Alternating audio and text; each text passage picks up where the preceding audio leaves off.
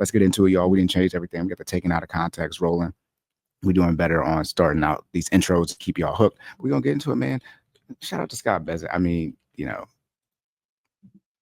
these Senate hearings are crazy. By the way, when I was telling y'all, if you're worried about the people that's going to be nominated, people have to go through these Senate hearings, get appointed and things like that. Control the Senate. You can do a lot of things in the government as far as how the laws are set up. Our country is set up. But hey, Dems didn't care too much about make sure they kept control of the Senate anyway, though, because we're going to try to make this rather efficient video because we got a lot to get through. Trump's Treasury pick. Bessent's name is Scott Bessent, says heavier Russia sanctions coming, no reason for digital currency. There's going to be a lot of just various recaps on this video about the things that were covered during the Senate hearing. So President-elect Donald Trump's picked Treasury Secretary testified Thursday before the Senate Finance Committee, both stating his case for the position and laying out the economic agenda for the new administration. What qualifications do people have to be on the Senate Finance Committee, and how are these committees sort of formed? I need to maybe look into that because I'm interested to see exactly how they're like, hey, you should be on the Finance Committee. Like, really? Because, a lot of, Congress is the one who finances our wars. And it's like, how many people should be on the quote unquote war council or war committee if we even have that? How many of them should at least have been in the military, let alone been deployed, let alone been deployed in a combat zone, let alone actually seen combat? Right.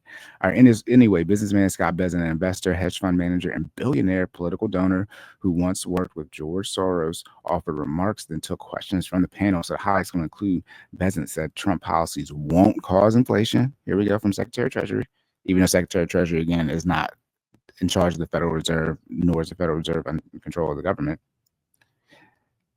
He said fiscal spending is out of control. That's a fact. He said heavier Russia sanctions are on the way. Okay. Emphasized that Trump said Social Security would not be touched. All right. So Trump is saying Social Security will not be touched. Bessent said he believes the Federal Reserve should remain independent. Told y'all Fed is independent. The prospective Treasury nominee poo-pooed a U.S. digital currency. Shout out to the crypto market. Anyway, Bessent said he would work with Trump, Senator Warren, to eliminate debt ceiling. Bessent told senators he was open to eliminating debt ceiling. I think right now the debt ceiling is just a troll. When you live, not born in Maryland, but raised from Maryland, been here, Jesus, getting close to 30 years now. I think it'll be 30 years December. Anyways, the debt ceiling talk, like, the government shuts down, so open back up. Like, it's just like, why do we keep doing this ourselves every year, every other year, whatever it is? Like, can we just get rid of having this conversation? Y'all just find a way to control it, get our spending under control and not running up so much debt just off of principle of it. Because at this point, I've lived long enough. It's just annoying to hear. Okay, it's going to shut down. It's going to open back up. They're going to back pay everybody. All of our guys, I said before, for those of you who don't know, when the government shuts down, then when it finally opens back up, the government employees spend a lot of time I wish Jordan was here because he's actually experienced it. I haven't because I'm a government contractor, but they spend a lot of time just filling out their time cards and getting time cards approved. All these things occur when that shutdown happens and people go back to work. Now, some people, unfortunately, are hampered financially because they don't have the finances in place to withstand a shutdown, even though they do get back paid during that time frame, right? There might be some trouble, but it's so common in this area that financial institutions are obviously well aware of it and will usually work with you during that time because they know you're going to get paid once the government opens back up. The ceiling is a legal limit on the issuance of new debt by the government and has become an area of political brinksmanship in recent years. Trump said in December that the debt ceiling should be abolished, a position shared by some liberal lawmakers. A lot of people don't know classical liberalism is a modern day conservative, being a modern day conservative, just so you know. So you can't consider yourself fiscally liberal, but that's old day terminology. Now you say fiscally conservative. Anyways, once President Trump takes office, and if I'm confirmed, if he wants to eliminate the debt limit, I will work with him and you on that. He's speaking to Senator Elizabeth Warren here. Eliminating debt ceiling would not authorize any new spending by the federal government. That's Jesse Pond. And again, oh my bad, this is CNBC. We're on Old Faithful. This is about Jeff Cox. Looks like this particular statement that was about Jesse Pond. So again, Scott Bessent in his Senate hearing is saying, hey, if President Trump wants to truly get rid of the debt ceiling, I'm down about figuring out how that's actually going to work.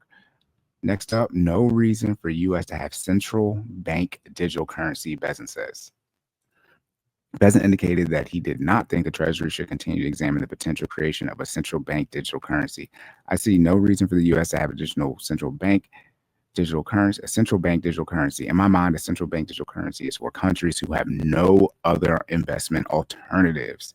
Bessent said, digital currency makes more sense for countries that tend to hold other foreign currencies, such as the Chinese yuan. If I'm pronouncing that correctly. If you hold US dollars, you can hold a variety of very secure US assets, Bessent said. A 2022 executive order from President Biden called for the government to research a digital dollar. R&D, I mean, crypto is going to be one of those things where, I mean, we're not going on 20 years now, we're about a little over 10 years, I believe, for Bitcoin.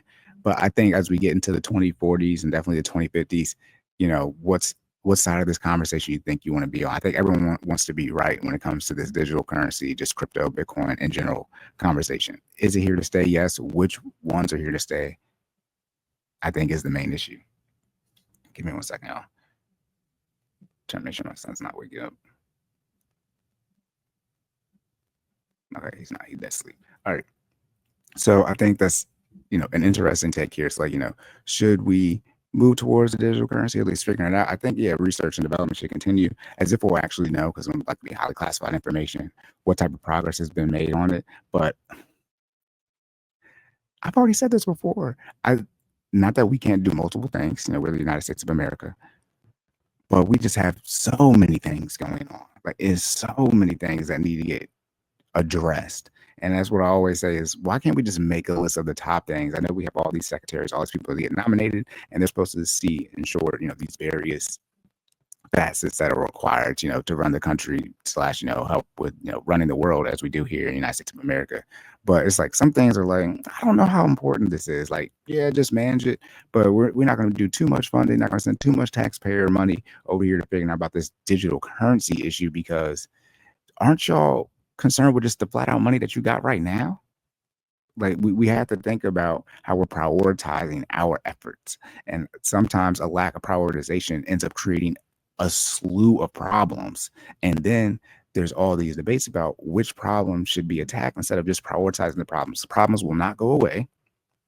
All right. And so we just need to focus. Like, I mean, a lot of people's main thing right now is just the economy in general, right? Inflation, housing prices, you know, cost of groceries, gas, things like that, getting that under control. Because people want to be able to buy houses, people want to be able to afford to send their kids to college, yada, yada, yada, all these various things.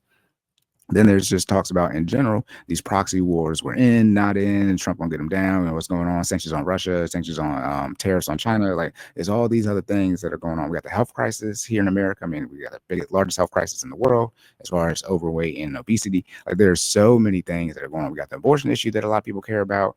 We got the 25%er issue that a lot of people care about. Shout out to LGBTQIA, 25%ers, right? We got all these various things. It's like, where do y'all want to put the digital currency at? Do y'all even got, never mind. I mean, y'all even got money to invest. I thought y'all don't have any money. We did the last video about people complaining about, you know, TikTok going away and how people are able to make side hustle money on that. But like, there's so many issues that we're facing in America. Our education system, my goodness. Right? Think about all the stuff I just named. And I finally was like, oh yeah, remember our education system?